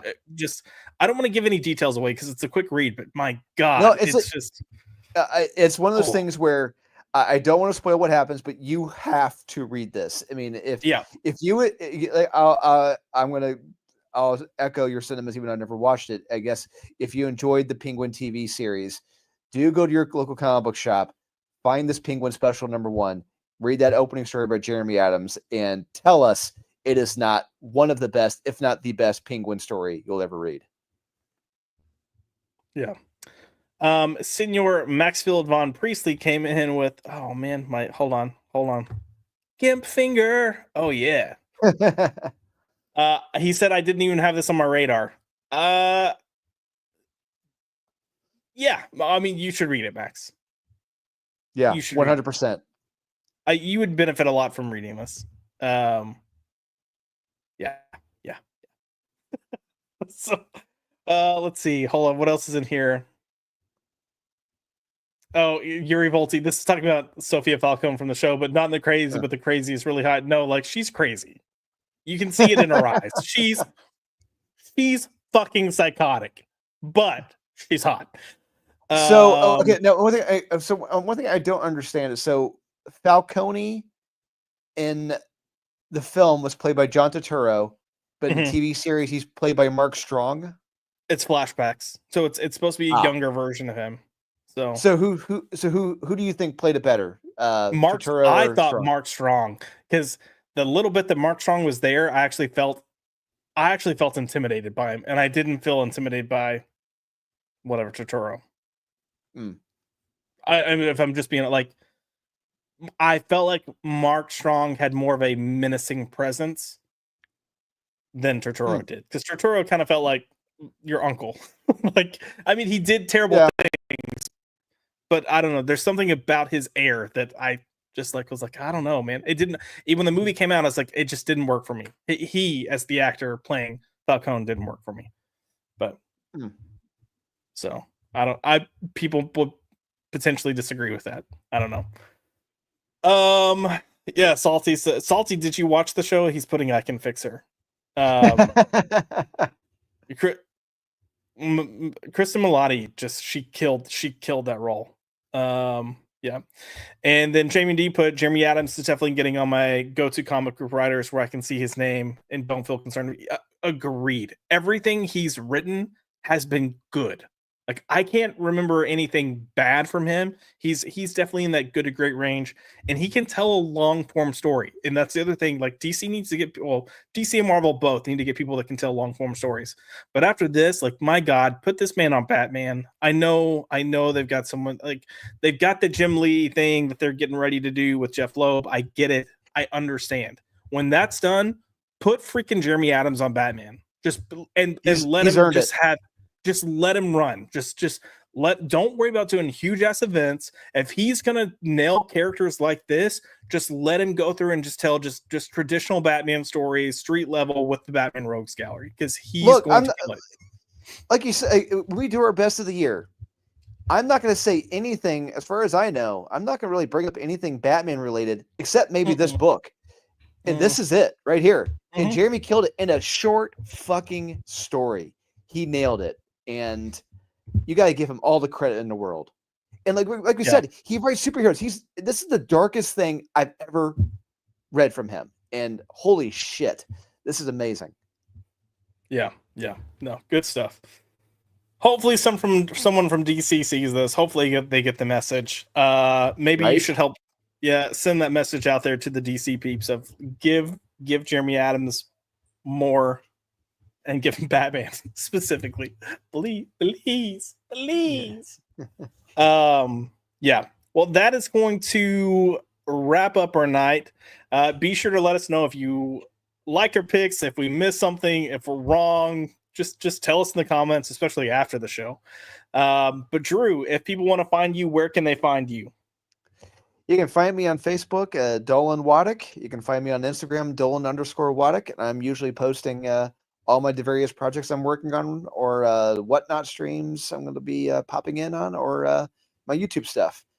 Yeah, you've only got like a couple of comics coming out. No big deal. I mean, yep. 2025 is going to be huge. It's going to be massive. As for me, you can find me at Joshua L. McDonald. If you want more non-nerd stuff, if you want to continue with the nerd stuff, at By Popped, both are on X/Twitter.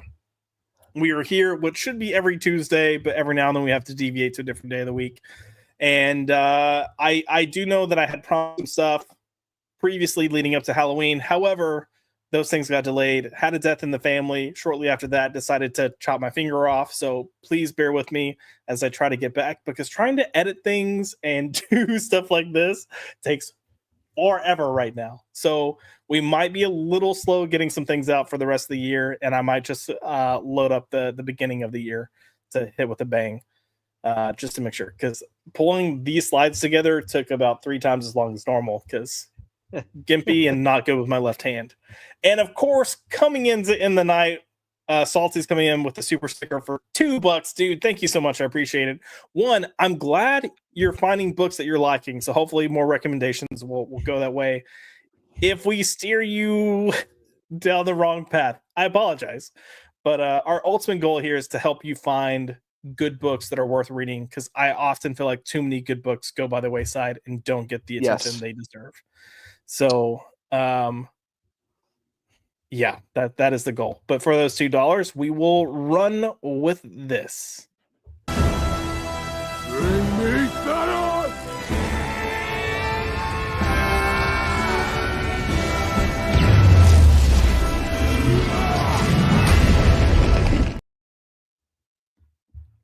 And he followed up with, "You can Venmo me bad recommendation or bad comic recommendation costs." Always, man, always. Also for $2, we have Lindsay. God, I can't talk. Dylan Lindsay coming in to wrap up the night. Great show. Now I have a few more books to pick up. Awesome. We like hearing that. Your comic shop and or Comixology, whoever you get your stuff through, will also like hearing that. But for those $2, let's see what we've got. We'll go with a little Wolvie action.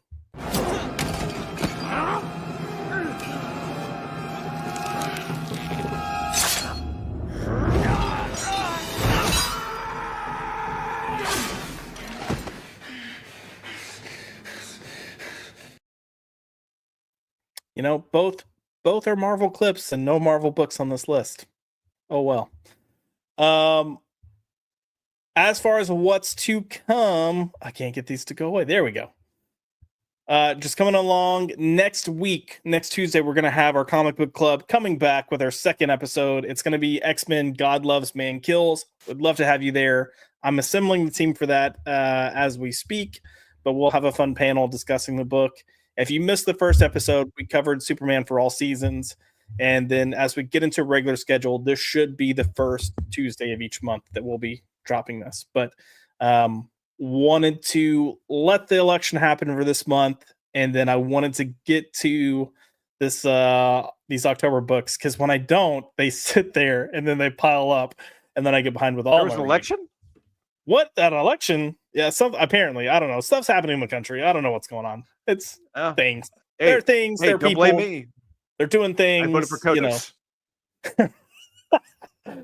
Oh man. Other than that, we still have graphic content. This is something that I'm probably going to push to just debut and have weekly starting next year. So get ready for that. I've already got some stuff written. I've just got to finish editing. But again, this asshole. So it's my own fault. It's my own fault. And then, of course, as it's been teased, we do have Buffy the Vampire Slayer, our carry popped. And I'm going to have something that I'm going to do kind of coinciding with this, where I have found a way to actually record reactions without having stuff buffer really bad. So I'm going to do a watch with Josh series, and we'll go through with Buffy, but we'll do other things as well.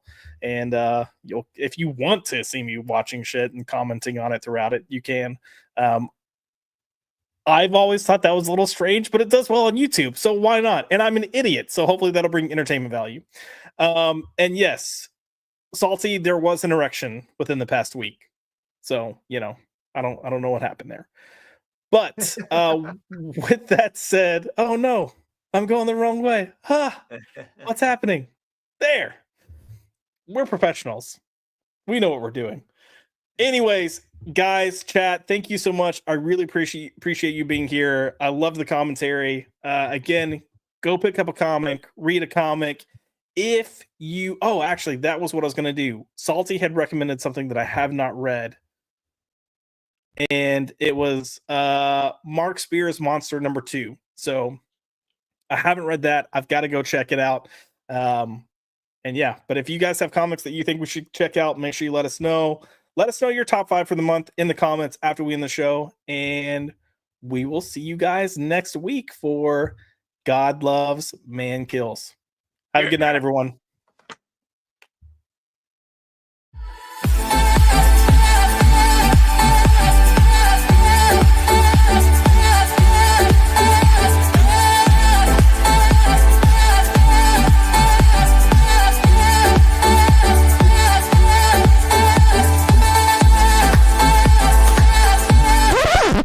Get the fuck